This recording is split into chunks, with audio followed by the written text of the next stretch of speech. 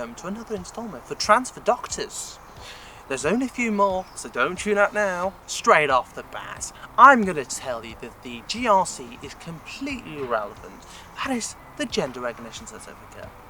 As a GP, the Equality Act 2010 clarifies in detail, stating that a trans person does not in fact need one to be recognised as trans. And even if there were, please recognise that it would take a successful referral to a gender clinic, which can take 3 or 5 years. It will take a real life experience test, which takes 2 years, by which point they have to out themselves, and at the same time prove that they're trans. They would also need a gender specialist report, and there's only like 10 in the country right now who can do such a thing. And finally, there needs to be an application made for it, so a government panel decides whether they're trans or not. Look, a trans person is trans when they say they're trans. The only thing that the GRC really changes now is a few things like birth certificates, what prisons they go to, pensions, and so forth. In regards to pronouns, trans people can choose whatever pronouns they feel like. They could use she, her, they could use he, him, they could use they, them. All of these are valid options, even if their presentation doesn't match. And remember, non-binary does not mean androgynous. I'll talk about non-binary people in a separate video. In the UK, anyone can have the name changed to anything, provided it's not offensive.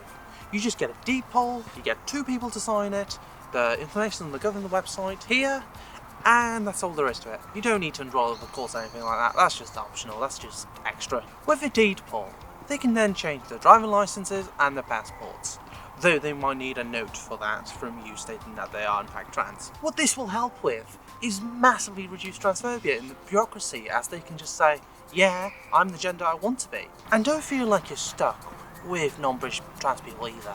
You can get what's called a citizen card, which is a Home Office approved pass card that proves that they are in fact who they are. Now, this isn't accepted as ID everywhere, it's not going to help with right to rent and so forth, but also getting that deed poll done means that with your old passport and the deed poll, that is legally acceptable as ID. Now, this does create a little bit of a mess, in that you'll have a load of stack of paperwork to give to someone and now out you as trans, obviously, but that solution is better than no solution at all.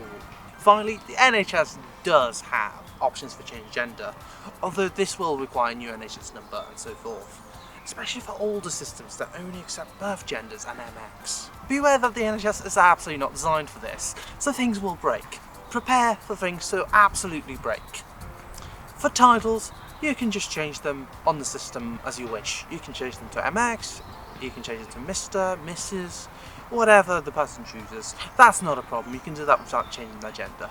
Finally, if you go for the gender change on the NHS, opt them out of tests they don't need and opt them in into tests they still need.